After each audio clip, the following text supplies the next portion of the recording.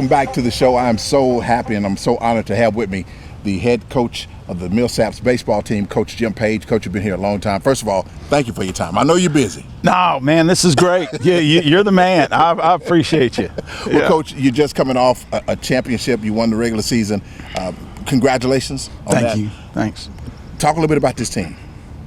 Yeah, this is, we've had special groups over the years. I guess this is my 37th year as head coach, and this group they've got some about them. Last year we were good. We were 11-4, 1-0 in the league, and had a couple arms go down. And hitters started pressing a little bit. Whatever. We ended up losing 10 run games and 6 2-run games. And this is the same group. And they've approached this year with a chip on their shoulder and try to make some adjustments in how they approach certain things. And it has been easy. This has been an easy year for me.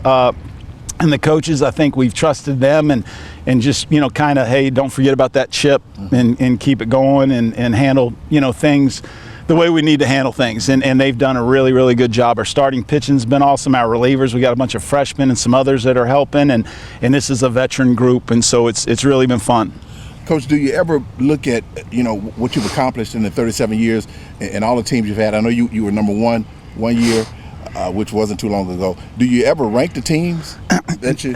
No, there aren't many moments to do that. I'm always afraid to look back and enjoy what we've done because we've got another year and another day, and there will be time for that when it's all over for me.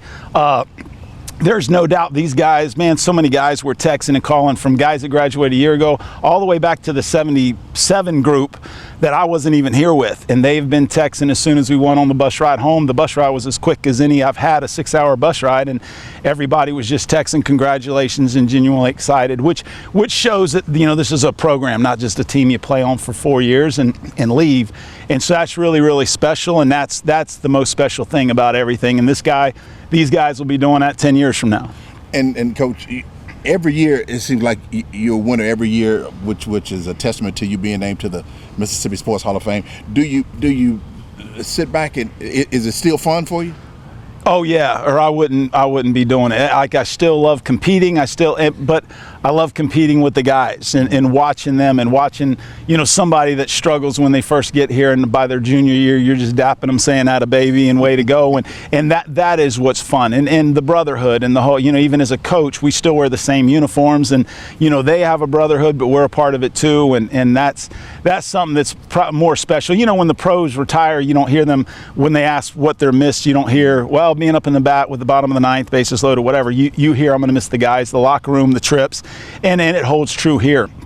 And that is so important. And this group has that, they want to win as bad as we do. And anytime you have a situation where they're willing to do whatever it takes to win, it's a good thing and it's a fun thing. Do you look back? Do you ever sit back, Coach, like when you got a free time? I know you're busy all the time, but do you look back at your free time and say, man, I've done this? You're in the Hall of Fame. And do you sit back and just see what you've built here at Millsaps? No, it's funny. It's the opposite. I sit back and think, wow, I wish I was better in the early 90s. I wish, I wish I could have done this better that year. And I could have, even years we went to the World Series in 2013. Wow, if I maybe made a little better decision here. So I think that's how it happens. And I think when it's over, maybe then I'll, the emails that I've gotten over the years, even from parents from opposing teams, saying, wow, the way your guys classy and the whole, I think I'll enjoy that then. I use those as motivation to remember, hey, we still want to approach it that way. Even though times have changed and there's a little different way to do some things, I've conceded a little bit, but there's some things I will not. We're going to respect the games, respect our opponents, and try to be first class. And that's defined when things aren't going that great for you. So anyway. Do you have any memorable moments? Oh, yeah. Not one moment, but you have any memorable moments? I do. Cody McCain he was a catcher for me for 4 years. He was my assistant for 13 years, and he, with kids, he went to another profession, but he's kind of come back a little bit this year and helped out a bunch. And we were talking about it on the bus ride to Barry about me and him we played really bad against Austin College in Sherman, Texas, and I was so upset I kicked the driver off his own bus and our trainer so they wouldn't hear anything. I ripped the team, and then I decided I wasn't riding back with the team, and I was going to walk from Austin College to the hotel, which I knew was generally somewhere in that direction. And Cody gets off. I said, no, you go with the team. He goes, no, I'm walking with you for 2 reasons. One, you'll never get back to the hotel, which was 6.7 miles away, and you've got $3,000 in your backpack. And it was yeah. And the next day we played, we get home. The following day I was getting calls from coaches I didn't know in California, Oregon, Virginia. Hey coach, I'm so and so. Did you really walk home from and some of it was 6.7, some of it was 12.1, and I was just like, yeah, we did. Now, not the proudest day of my life, but funny, no doubt. Now, so there's those, and then there's so many memories. When we win something, I don't go jump out in the pile. I sit there and just visually watch them, and that's something that I do every once in a while. Somebody will call me a Wetzel or whoever, and I'll see that dog pile at Hendrix College, and I'll see when we went to the World Series in St. Louis, Missouri, and so those things do pop up in my head, and it's motivation to keep this going, because these players are all representing players in the past, and so that's kind of cool.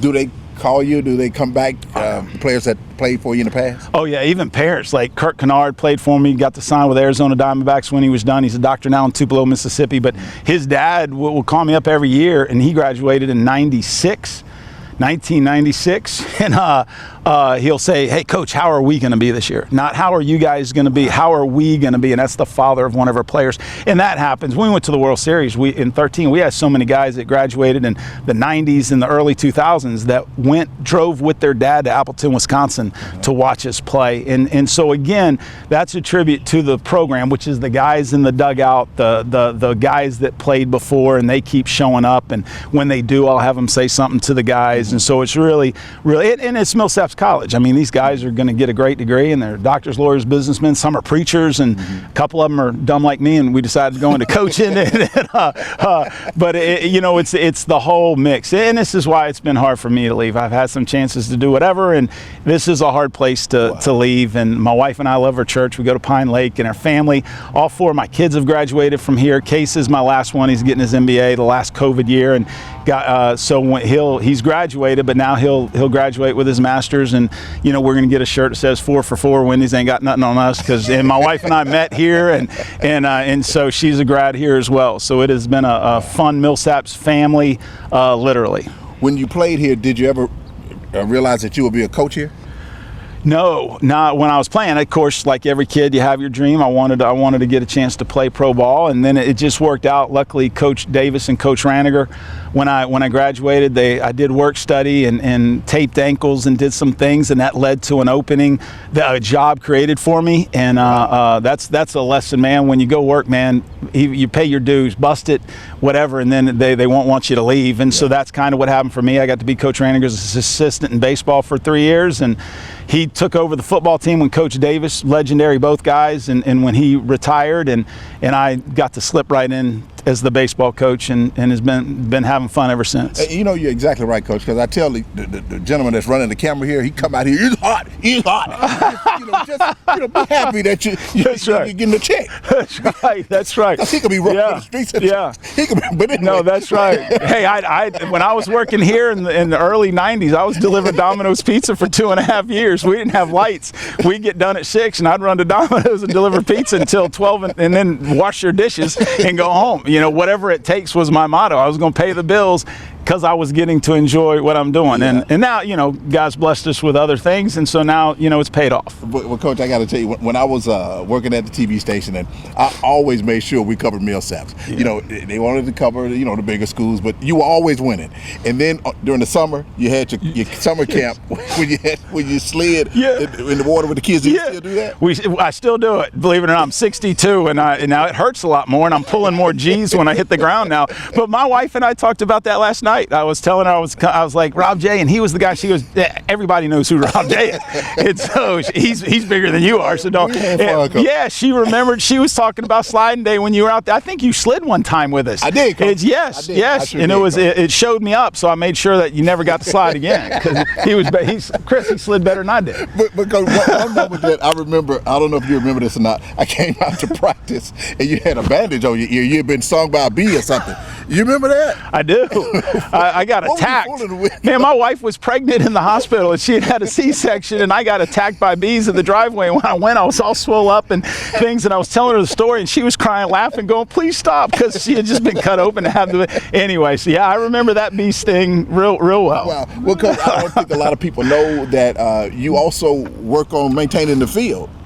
You do that as well. Well, we definitely do it. Danny Neely, now the grass looks like this. People will have a recruit come and they'll think it's artificial turf, and I'll have to walk the dad. No, man, that's grass. Danny Neely's the best. He's our guy, and he could go grass on that parking lot if he wanted to. Wow. And yeah, it's really spectacular. And then we help him. You know, we do the dirt. Now he was up here a little bit ago helping, saying, hey, yeah, you need to do this. Put a couple bags on there. So, but we get after it, and our players do too. I want them to take pride. Like, this is ownership. This is their field too. Wow. This is their dugout, and it's going to be forever. Yes, there's never a time where they're gone and that's it. Well, Coach, I certainly appreciate your time, and I know you're about to go into the postseason. How's everything looking going into that?